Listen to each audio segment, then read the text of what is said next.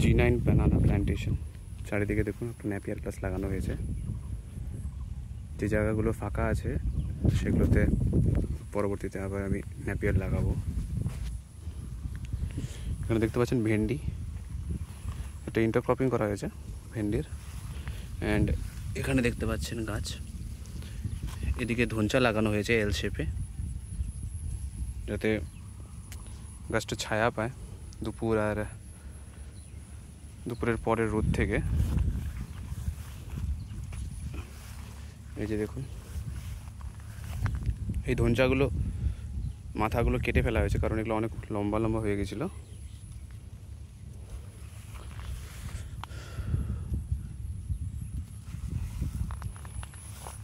সূর্যের আলো একদমই ঢুকছিল না, তাই মাথাগুলো কেটে ফেলা হয়েছে। এই দেখুন ম্যাচুরিটি সিম্বল চলে এসছে গাছে, দেখতে পাচ্ছেন। এই লাল কালারের স্পটটা হচ্ছে ম্যাচুরিটি সিম্বল। এটা লাগানো হয়েছিল আমার প্রায় 8 থেকে 9 দিন আগে।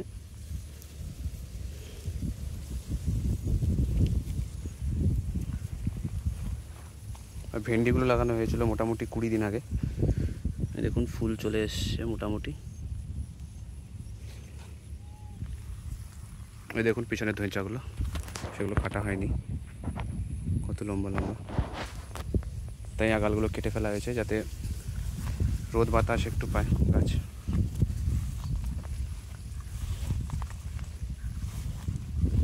এখন নতুন পাতা বেরোনো শুরু হয়ে গেছে গাছের মধ্যে। এই দেখুন ম্যাচুরিটি সিম্বল। সব গাছেই মোটামুটি ম্যাচুরিটি সিম্বল চলে এসছে। ধনচাগুলো লাগানোর প্রাইমারি কারণই হচ্ছে এই গরমের ওয়েদারের মধ্যে গাছগুলোকে একটু বাঁচিয়ে রাখা। আর চারিদিকে এই ন্যাপিয়ার ঘাস লাগানোর কারণ হচ্ছে যখন আপনার শীত আসবে তখন সেই শীতের যে ঠান্ডা হাওয়াটা আছে সেই হাওয়া থেকে গাছগুলোকে রক্ষা করবে, এবং আপনার শীতের সময় গাছের যে ক্ষতিটা হয় সে ক্ষতিটা হবে না। এগুলো হচ্ছে কিছু প্রিভেন্টিভ মেজার্স। এদিকে ভেন্ডি লাগানো হয়নি। এই ভেন্ডিটা আগে লাগানো হয়েছিল এবং এগুলো 1-2 দিন পরে লাগানো, 2-4 দিন পরে লাগানো হয়েছিল।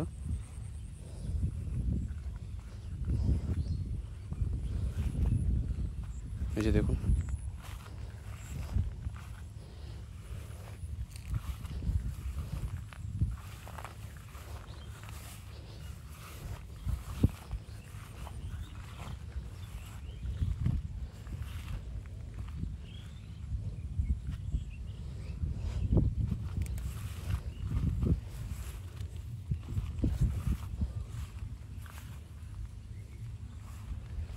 এই ভেন্ডিগুলো মোটামুটি এখানে আমার 1050টার মতো গাছ আছে টোটাল এরিয়ার মধ্যে।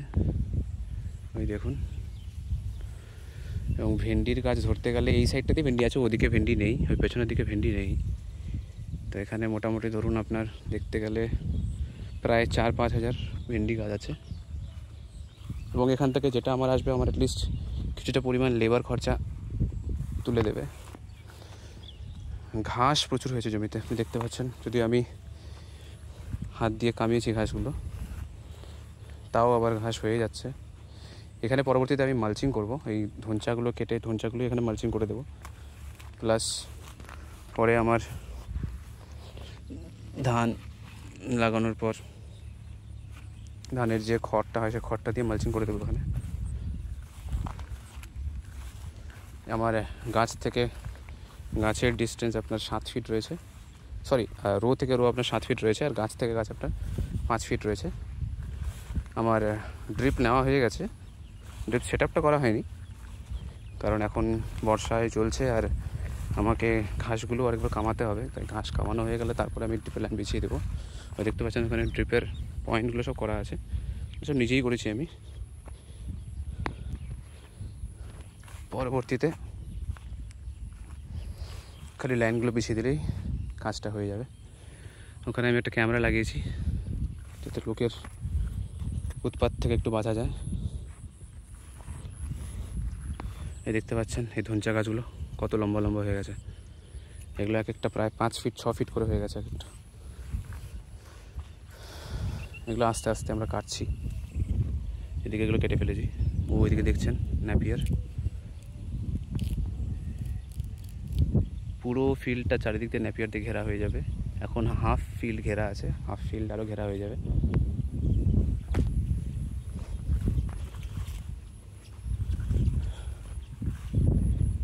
এর মধ্যে আমার 2টো ড্রেঞ্চিং নেওয়া হয়ে গেছে।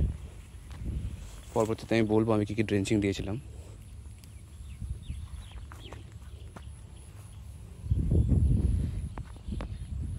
এই দেখুন আমার ক্যামেরা ওখানে।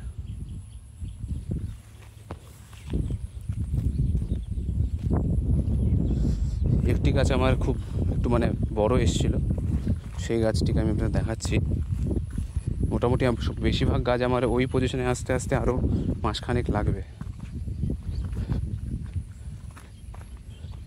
ওই গাছটা একটু বড়ই এসেছিল, ওটা এই জায়গায় লাগিয়েছি। এই দেখুন গাছটা বেশ বড়।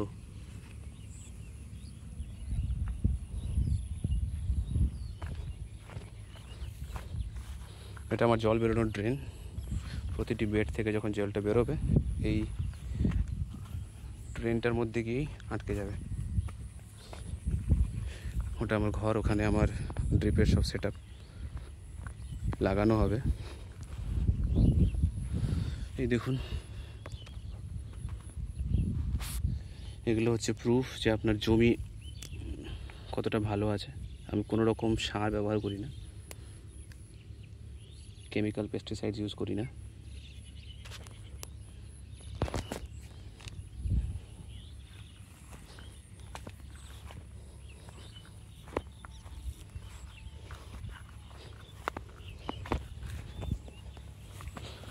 দেখুন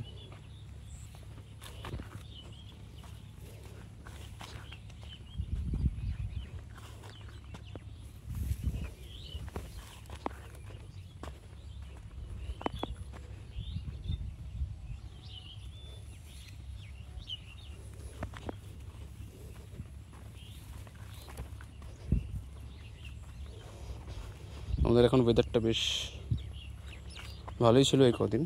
কাল থেকে একটু একটু রোদ পড়া শুরু করেছে।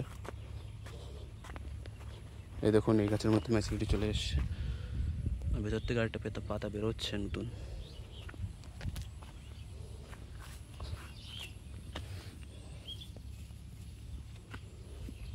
এদিকে ভেন্ডি গাছগুলো ছোটো, কারণ এগুলো পরে লাগানো হয়েছে, মোটামুটি 8-9 দিন পরে লাগানো হয়েছে ওদিকের।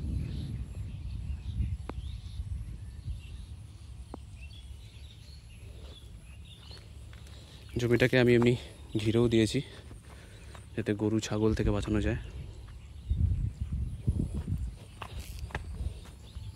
এই দেখুন দেখতে পাচ্ছেন এই গাছটা, যদি এই গাছটা বেঁচে আছে, কিন্তু এর অবস্থা এই ধনচার পাশের গাছের থেকে একটু শোচনীয়, কারণ এর কাছে কোনো কভার নেই। যেহেতু এই দিক দিয়ে আমরা যাওয়া আসা করি, তাহলে ধনচা গাছগুলো হতে পারেনি। তারপরে ডিফারেন্স দেখতে পাচ্ছেন যে ধনচা লাগানোর ফলে ডিফারেন্সটা কী হয়।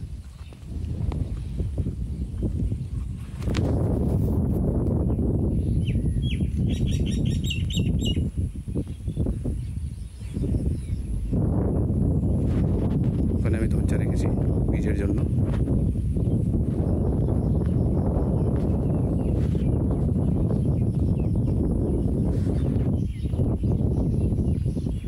এই সে ন্যাপিয়ার গাছ, এক একটা প্রায় 8 ফুট 8.5 ফুট হয়ে গেছে, এবং এগুলো বয়স 70 থেকে 80 দিন হবে।